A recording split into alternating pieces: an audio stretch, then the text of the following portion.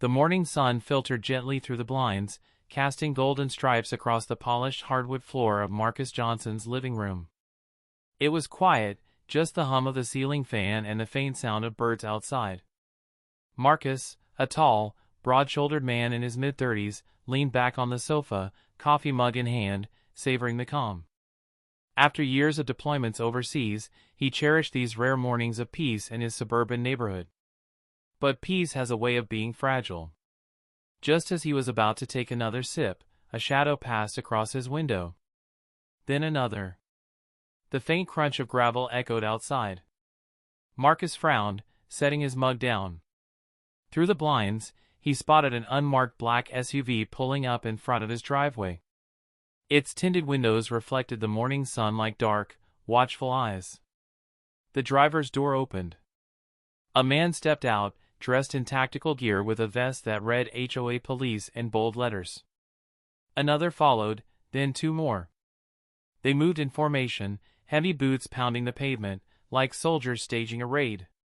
Marcus's jaw tightened. HOA Police? What kind of nonsense is this? The men approached his porch, one clutching a clipboard, the others adjusting what looked like cheap duty belts with handcuffs dangling. Their patches were mismatched, their gear a blend of military surplus and flea market finds. Everything about them screamed phony, except for their attitude, which carried the arrogance of people convinced they had power. The leader, a stocky man with a shaved head and mirrored sunglasses, banged on Marcus's door. "Open up! HOA Police. This is an official matter." Marcus stayed silent, watching through the peephole. The man continued, louder this time. "Marcus Johnson, you are under arrest for failure to pay HOA fees. You've been warned. Step outside immediately." Marcus blinked in disbelief. Arrest? Over HOA fees? He almost laughed, but his instincts sharpened instead. Something was off. No real law enforcement agency would ever send an SUV full of mismatched goons to enforce neighborhood dues. But these men weren't just bluffing. They were trying to make it real. Another bang rattled the door. The leader barked orders to his crew. One man flanked the side of the house.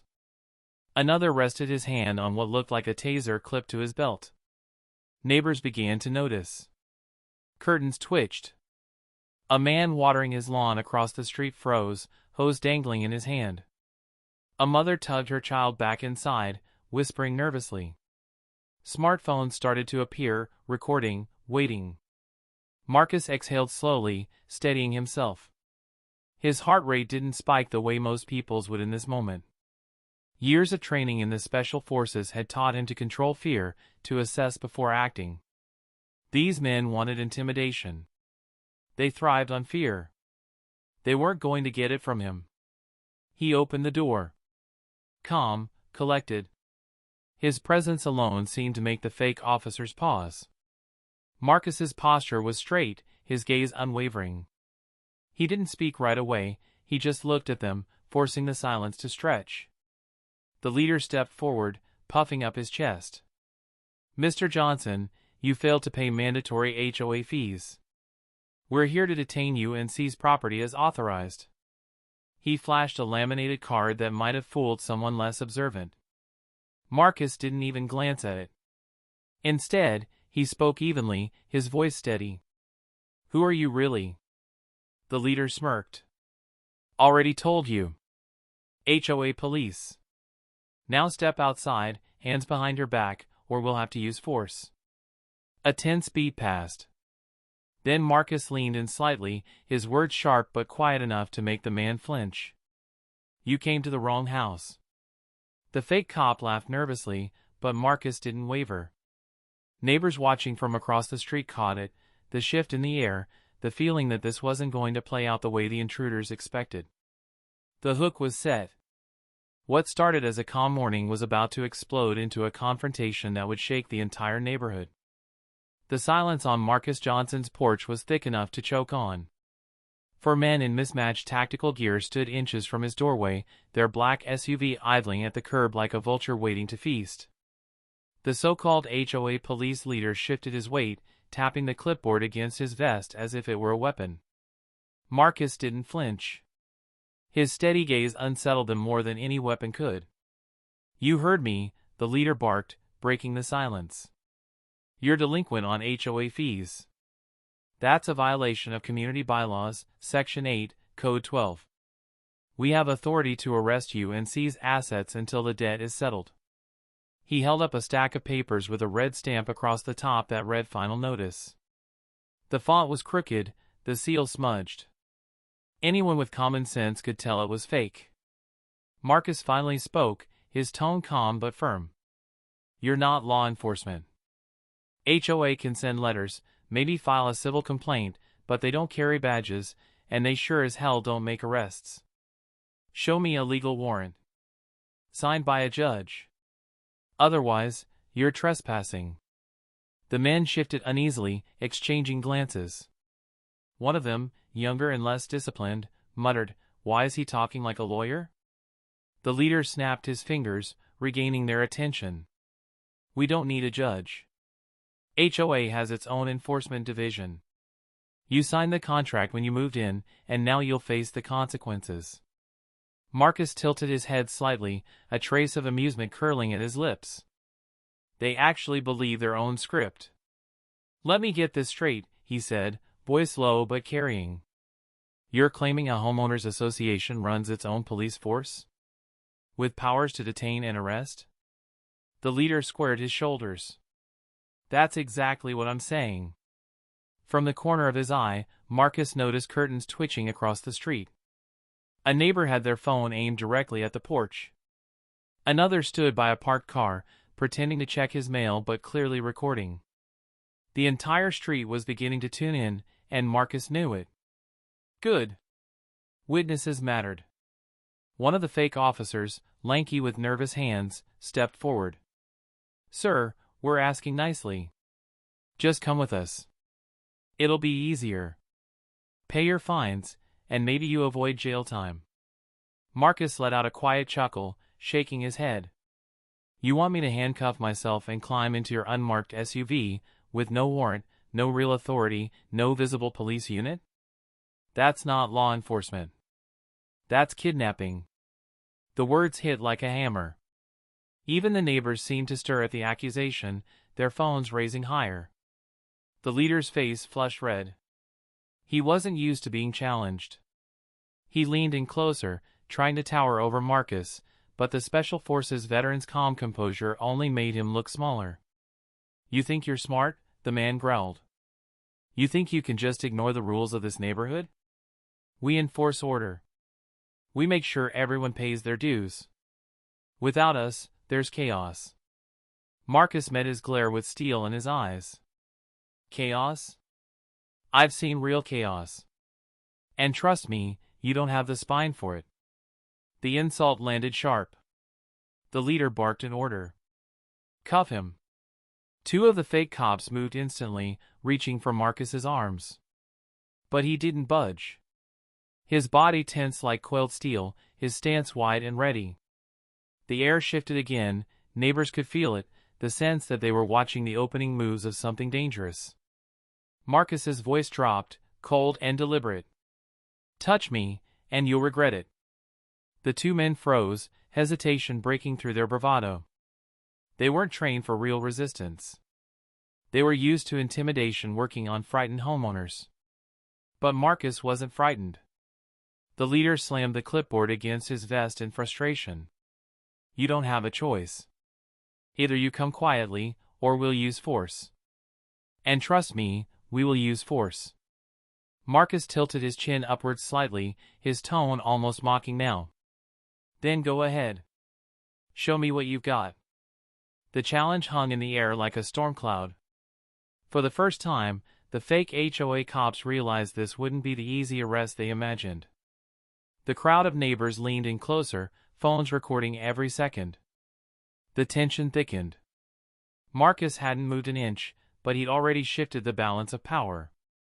The confrontation had begun, and he was in control. The porch had become a stage. Neighbors watched from behind blinds, through phone cameras, some even standing in their driveways pretending to water lawns or check mail, but everyone's eyes were fixed on Marcus Johnson and the 4 so-called HOA police who had cornered his home. The air was heavy, like the moment before a thunderstorm cracks open the sky. The leader of the group, broad, red-faced, and sweating under his tactical vest, snapped again at his crew. "I said cuff him. Now." 2 men stepped forward, their cheap handcuffs clinking. The younger one tried to look tough, but his eyes betrayed him. The other, more experienced, grabbed Marcus's wrist with a firm grip. Marcus didn't move. Not yet. He just let the man's hand press against his forearm, studying the grip, measuring distance, calculating angles. Years of training had taught him patience. Strike too soon and you reveal your hand. Wait too long, and you lose the advantage. Neighbors gasped as the cuffs came closer to Marcus's skin. Some whispered nervously, "Why isn't he resisting?" Others raised their phones higher, recording every 10th second. Marcus's deep voice cut through the tension like a blade. "You put those cuffs on me, and you cross a line you can't come back from." The man holding his wrist hesitated, looking back at the leader. "Do it," the leader barked, voice cracking under the weight of an audience. But in that instant, Marcus shifted. It was subtle at first, his shoulders squared, his stance widened. The relaxed homeowner's posture evaporated, replaced by the calm readiness of a soldier preparing for battle. The younger officer noticed it first. His hand trembled as he reached for Marcus's other arm. "What's wrong with you?" the leader snapped. The younger man shook his head. He's not normal. Look at the way he's standing." Marcus's eyes locked on the leader's, sharp and unblinking. "You're trying to intimidate me with fake uniforms and cheap gear. But let me make this crystal clear, you have no authority here. None." The words rang across the street, loud enough for neighbors to hear. Several phones zoomed in, capturing Marcus's steady defiance against the imposters. The leader growled, "You think you're tough? You're just another deadbeat homeowner. And if you don't play by the rules, we'll drag you out." Marcus leaned forward slightly, voice low, dangerous. "You've never dragged out a man like me." For a beat, silence swallowed the porch. Then the leader snapped, furious at losing control. "Enough! Take him down!" The 2 men lunged in unison. Marcus moved like lightning. With one swift twist, he broke free of the grip on his wrist. A sharp pivot of his body shifted his weight, throwing the larger man off balance. He stumbled down the steps, crashing against the railing. The crowd gasped, a collective "oh" echoing down the street. The younger one froze mid-lunge, eyes wide as Marcus turned his gaze on him. The veteran didn't strike, he didn't need to. His stance, his precision, his absolute control was enough to paralyze the man in fear. "Do it," Marcus dared him, his voice steady as stone. "Try me." The man's hand hovered near his taser but never pulled it. His instincts screamed at him, "This isn't a fight you win." The leader's face twisted with rage. "Cowards! You can't back down. He's just one man." But even he didn't step forward. He saw it too, the way Marcus's every movement was deliberate, efficient, the mark of someone trained to end conflicts in seconds. Neighbors began murmuring louder now. "They don't look real. Those aren't cops. Look how he handled them." Phones stayed locked on the porch, the world watching through dozens of lenses. Marcus, still composed, raised his voice so everyone could hear. "Real police don't arrest you for HOA fees. These men aren't here for justice, they're here to intimidate, maybe worse. Remember their faces." The leader's jaw clenched. His fake authority was unraveling, thread by thread, and he knew it. But Marcus also knew something: cornered men make reckless choices. And these 4 had just been cornered. The escalation had begun, and the next move would decide everything. The neighborhood was no longer quiet. By now, half a dozen neighbors stood openly on their lawns, phones raised, narrating live to social media. Others watched from porches, eyes wide with disbelief. The HOA police had come expecting an easy intimidation job, but what they found instead was a wall of calm, unshakable resistance in Marcus Johnson. And Marcus was just getting started. The leader's face was a storm of frustration. His men had hesitated, faltered, even stumbled, while Marcus stood tall, untouched. That wasn't how this was supposed to go. Their entire operation relied on fear, make a man doubt himself, and he'd fold. But Marcus wasn't folding. He leaned forward, glaring at his crew. "What are you waiting for? Take him!" One of the goons, emboldened by the order, charged again, this time faster, swinging his arm out to grab Marcus's collar. But Marcus had already moved. With one fluid step to the side, he seized the man's wrist, twisted, and used his momentum against him. The man's body flew forward, flipping over Marcus's shoulder before crashing flat onto the porch with a thud that rattled the wood. The crowd erupted, gasps, shouts, even applause. Phones zoomed in. Someone yelled, "World Star!" Another whispered, "That's military. Has to be." The second man tried to jump in, but Marcus pivoted on his heel, snapping his arm across the attacker's chest like a steel bar. The man staggered backward, choking for breath, and tumbled down the steps onto the grass. 2 down. Without throwing a single punch. The leader cursed under his breath, gripping his clipboard so tight it bent. His authority was unraveling in front of an entire neighborhood.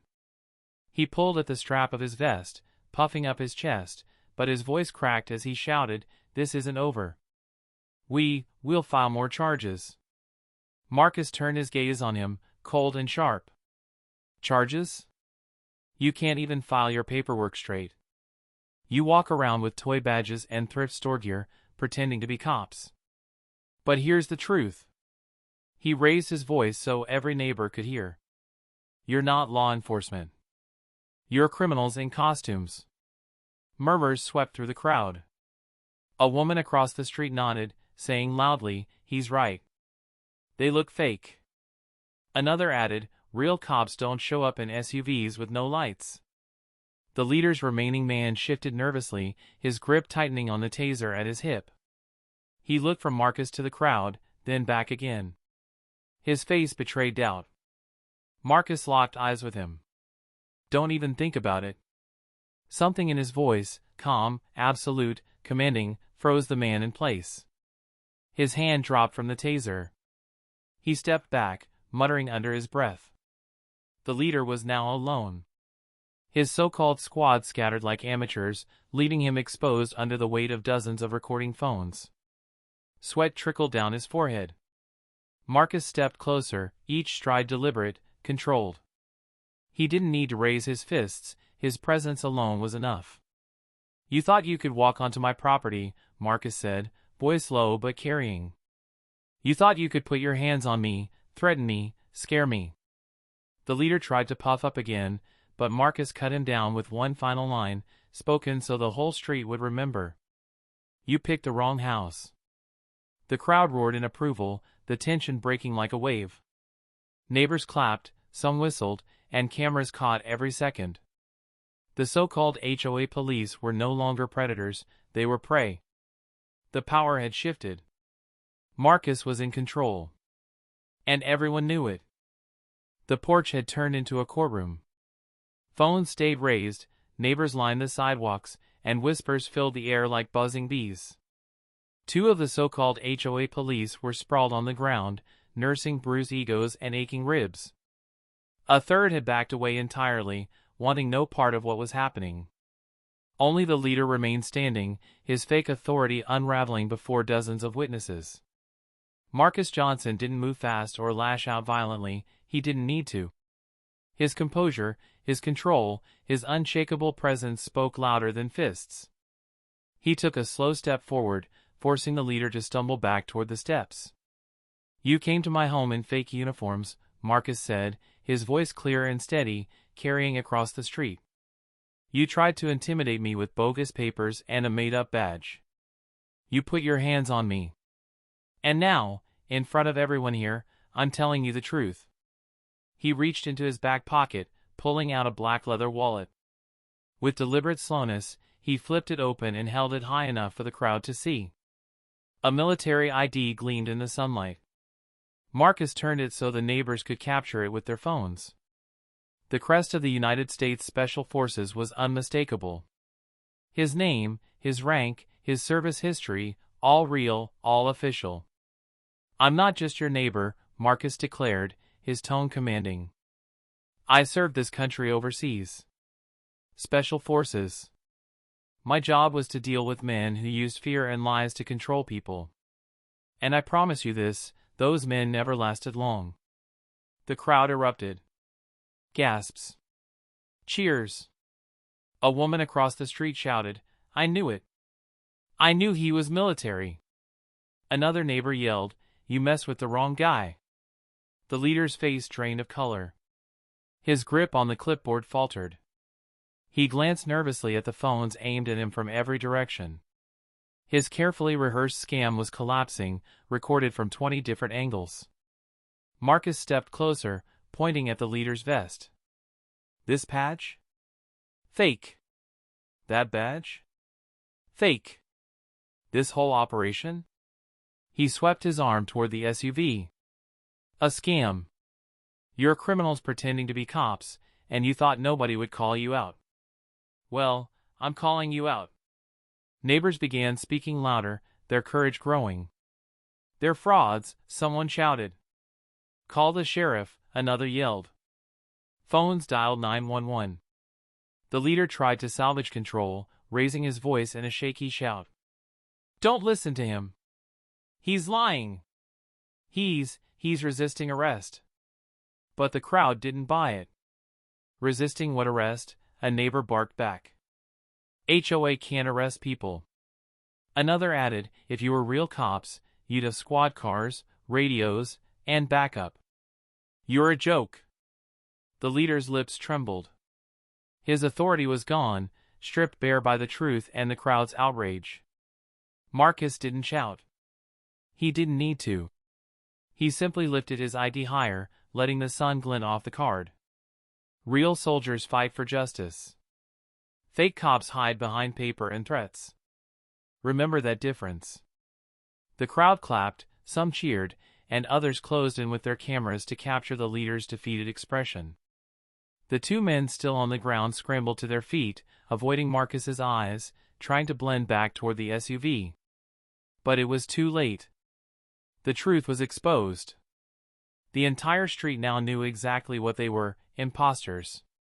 And Marcus Johnson wasn't just a homeowner anymore, he was the man who stood between them and a neighborhood under siege. The tension on the street had reached its peak. The fake HOA police leader stood cornered on Marcus Johnson's porch, pale and sweating, while his men hovered uselessly by the SUV, avoiding the stares of dozens of recording neighbors. The scam was crumbling under the weight of truth and exposure. Then, distant at first, but growing louder, the unmistakable wail of sirens cut through the morning air. The crowd shifted, heads turning toward the end of the street. Red and blue lights flickered against houses as two sheriff's department cruisers came barreling in, tires screeching slightly as they braked hard near the SUV. The fake officers froze. Marcus didn't move. He simply crossed his arms, his military ID still visible, his calm demeanor unchanged. He had been waiting for this moment. Sheriff's deputies spilled out of their cruisers, weapons drawn but disciplined, eyes locked on the strange scene before them. "Hands where we can see them," one deputy shouted, his voice carrying authority the imposters could only dream of. The neighbors erupted, yelling over one another. "They're fake cops. These guys tried to arrest him. It's a scam." Phones waved in the air like torches, everyone desperate to be heard. The deputies moved quickly, sweeping their eyes over the mismatched tactical gear, the bogus badges, the nervous faces of the so-called HOA police. In seconds, they knew something was wrong. One deputy barked an order, "All of you, drop the gear, step away from the porch. Now." The leader sputtered, holding up his clipboard like a shield. We're with the HOA Enforcement Division." This man was delinquent on fees. Cut the crap, the deputy snapped, slapping the clipboard out of his hands. Papers scattered across the porch like confetti, exposing the sloppy forgeries and crooked stamps. You're not law enforcement. Not even close. Another deputy moved toward Marcus, lowering his weapon slightly as recognition crossed his face. Mr. Johnson? Marcus gave a small nod. Special Forces, sir. These men showed up pretending to be cops. Tried to put cuffs on me for unpaid HOA fees. The deputy's jaw tightened. We've been getting reports of a crew like this, scamming neighborhoods, pretending to be enforcement, intimidating people into paying cash. Didn't expect to find them here. The crowd gasped again, their suspicions confirmed. Neighbors shouted their approval, lock them up. About time. Frauds! The deputies wasted no time. One by one, they forced the imposters against the SUV, cuffing them with real restraints, their fake badges clattering uselessly to the ground. The leader protested, his voice shrill now. This is a misunderstanding. We were just following procedure. The deputy tightened the cuffs on his wrists. Yeah? Well, now you're following ours. Impersonating an officer. Attempted kidnapping. Fraud. That sound like HOA procedure to you? The crowd roared with laughter and cheers. Someone even clapped Marcus on the back, whispering, "You handled that better than anyone else could have." Marcus remained calm, his arms crossed, his eyes scanning the scene as if it were just another mission completed. He didn't gloat, didn't boast. He simply let the truth speak for itself. One deputy turned back to him. You kept control until we got here. Could have gone real bad otherwise. Appreciate you holding the line. Marcus gave a faint smile. I've seen worse. Knew you'd show up eventually. The fake cops were loaded into the cruisers, their heads ducked low to avoid the barrage of phones capturing their humiliation. Neighbors applauded as the cars pulled away, the flashing lights trailing down the street like justice in motion. For the first time that morning, the air felt lighter. Safe again. Marcus stood tall on his porch, watching the convoy disappear. The neighborhood wasn't just his home anymore, it was his responsibility, and he had just defended it without firing a single shot. The real authorities had arrived. The scam was finished. The flashing lights faded down the street, carrying the imposters away in the back of sheriff's cruisers. The neighborhood, which only minutes earlier had been tense and on edge, suddenly felt like it could breathe again. Conversations buzzed up and down the block. Phones were still in hand, neighbors replaying clips and showing each other shaky footage of Marcus standing tall, calmly exposing the frauds. But now the focus shifted to him. "Marcus, you saved us," shouted Mrs. Alvarez from across the street. She was clutching her phone tightly, her voice trembling with adrenaline. "You stopped them cold," another neighbor added, shaking his head in awe. "If they'd come to my door, I wouldn't have known what to do." One by one, people drifted toward Marcus's porch, clapping him on the back, thanking him, some even apologizing for ever doubting him. Their words blended together: hero, protector, brave, strong. Marcus remained quiet. His expression was calm, his posture straight, like he was still on duty. He didn't bask in the praise. He simply nodded to each neighbor, his eyes steady, his voice low. "Anyone could have done the same," he said softly. But they knew better. The deputies lingered too, speaking with Marcus after the crowd's excitement dimmed. One deputy, tall, broad-shouldered, with graying temples, approached him privately. "You know," the deputy said, lowering his voice, "a lot of trained officers would have lost their cool out here. Those fakes came loaded with intimidation tactics, and it could have gone south quick. But you kept the whole block safe without firing a shot." Marcus gave a faint smile. "You learn discipline when lives depend on it. Out there," he gestured vaguely, meaning the deployments he rarely spoke of, "you can't lose your head. Out here? It's no different. Just another battlefield, only quieter." The deputy studied him for a long moment, then extended his hand. Our department could use more men like you. Thank you, soldier. Marcus shook his hand firmly. Just protecting my home, sir. Nothing more. But to everyone else, it was much more. As the deputies packed up, the crowd lingered. Some neighbors began swapping stories of their own run-ins with sketchy HOA threats, letters slipped under doors, mysterious fees demanded without explanation. Others admitted they had been too afraid to speak up before. Marcus finally spoke to all of them at once, his voice carrying over the street. Listen. What happened today wasn't just about me. These guys thought they could come in, dressed up, push people around, and scare us into silence. That only works if we stay quiet. He paused, his eyes locking with different faces across the block. We're stronger together. We watch out for each other. If anyone tries to pull something like this again, we stand united. No fear. No silence. This is our neighborhood. The crowd erupted in applause, louder this time, filled not just with relief but with pride. Parents pulled their kids close, teenagers grinned, and even the most skeptical neighbors looked at Marcus with newfound respect. One woman whispered to another, that man isn't just a neighbor. He's a guardian. For Marcus, it wasn't about being a hero. He wasn't chasing glory, and he didn't care about credit. As the sun dipped lower in the sky, casting long shadows across the street, he simply felt something he hadn't in a long time, peace. He had faced liars and cowards before, but this time it was personal. This was his home. His ground. And when it mattered most, he stood his post, just as he always had. The battle was over. The neighborhood was safe. And Marcus Johnson, Special Forces veteran, quiet neighbor, and now, undeniable protector of his community, had earned not just their gratitude, but their unwavering respect. The neighborhood eventually settled. Deputies drove away, neighbors retreated into their homes, and the buzz of excitement faded into a quiet calm. The street was back to its suburban rhythm, sprinklers hissing, kids riding bikes, dogs barking in distant yards. But Marcus Johnson remained on his porch. He stood at the top step, hands resting lightly on the wooden railing, watching the last sliver of sunlight dip below the rooftops. For the first time all day, he let his shoulders relax. The adrenaline had worn off, leaving behind a stillness only a soldier would recognize. That familiar post-mission silence. The kind that made you reflect not just on what happened, but why it happened.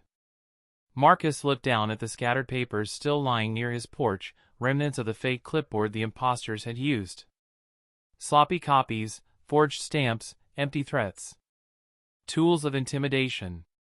It wasn't so different from what he had seen overseas, bullies dressing themselves in authority, trying to control people with fear instead of truth. Only this time, it wasn't on foreign soil. It was here, in his own neighborhood, aimed at him. He bent down, gathered the papers, and tossed them into the trash. Done. Behind him, the porch light flickered on, casting a warm glow across the wood. For a moment, Marcus caught his reflection in the glass of his front door, broad shoulders, calm eyes, and the faint scar along his jawline that had traveled home with him from a mission years ago. He studied himself quietly. A soldier. A neighbor. A protector. Those roles had always blurred together, but today they had aligned perfectly. As he sank into a chair on the porch, his phone buzzed with messages, neighbors thanking him again, sharing videos, already talking about how the story would spread. Marcus ignored them for now. He didn't need the attention. What mattered wasn't the recognition, but the reminder, freedom and safety don't defend themselves. Whether on a battlefield or a front lawn, someone has to stand watch. He leaned back, letting the night settle in. The stars began to peek through the darkening sky. Somewhere in the distance, a train rumbled. The air smelled faintly of fresh-cut grass. For the first time that evening, Marcus allowed himself a small, genuine smile. This wasn't just about HOA scams, or fake cops, or his own reputation. It was about something deeper, the idea that truth beats fear, every single time. He closed his eyes briefly, recalling the faces of his neighbors when they realized he wasn't just another homeowner, but a man who had spent his life standing against intimidation. He thought of their cheers, their gratitude, their trust. It felt good. Not for his ego, but for the reassurance that maybe, just maybe, he was right where he was supposed to be. Marcus opened his eyes again, staring down the quiet street. His voice was barely above a whisper, but the words carried a conviction as solid as any oath. They'll never break this ground. Not while I'm here.